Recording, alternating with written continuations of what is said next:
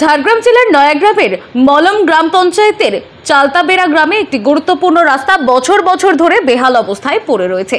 সারা বছরই কম বেশি জল জমে থাকে ওই রাস্তায়। বর্ষাকালে তা হাঁটু সমান জল হয়ে যায়, ফলে যাতায়াতে চরম সমস্যায় পড়ে স্থানীয় একাধিক পরিবার। রাস্তার দুপাশে জমছে আগাছা, কাদায় পিচ্ছিল হয়ে উঠেছে মাটি। এমন অবস্থায় বাড়ি থেকে বের হওয়াটাই যেন প্রতিদিনের যুদ্ধ হয়ে উঠেছে গ্রামবাসীদের জন্য। কিছু কিছু রাস্তা আছে, বড় বড় রাস্তা, যেগুলো আমরা মুখ্যমন্ত্রী তারা যেহেতু কমপ্লেন করেছিলেন, সেহেতু সেই রাস্তাগুলো মুখ্যমন্ত্রী আমাদের বিগত দিনে যে বাজেট হয়েছে সেই বাজেটে উনার যে লেভেলের যে মানে টাকাটা উনি বিপুল অঙ্কের টাকা উনি পাস করেছেন। বারবার স্থানীয় প্রশাসনকে জানানো হলেও মিলছে শুধু আশ্বাস। শেষমেশ রাজ্যের মুখ্যমন্ত্রীর দপ্তরে নালিশ জানালেন। প্রশাসনের পক্ষ থেকে রাস্তা পরিদর্শন করা হয় এবং রাস্তা নির্মাণের প্রতিশ্রুতি দেওয়া হয়। সরকারি তহবিল থেকেও অর্থ বরাদ্দ হয় বলে জানা যায়।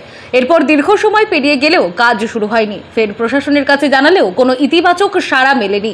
এই প্রসঙ্গে পঞ্চায়েত সমিতির সভাপতি জানায়, মুখ্যমন্ত্রী দপ্তরে জানিয়েছিলাম, কিন্তু রাস্তাটা 2 বছর হয়ে গেল, হয়নি।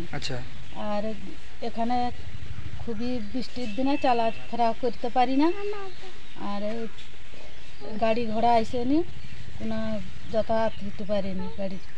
আর কি কি সমস্যা হয়? আর কি কি সবাই খুব অসুবিধায় আছি আমরা। রাস্তাটা কেমন? রাস্তা খুব খারাপ। তবে প্রশ্ন উঠছে, এই আশ্বাস সত্যিই বাস্তবে রূপ নেবে তো, নাকি আবারও ভরসা হারাতে হবে চালতাবেড়ার সাধারণ মানুষদের? ঝাড়গ্রাম থেকে অভিরাজ বেরার রিপোর্ট, টাইমলেস ডেপিকশন নিউজ।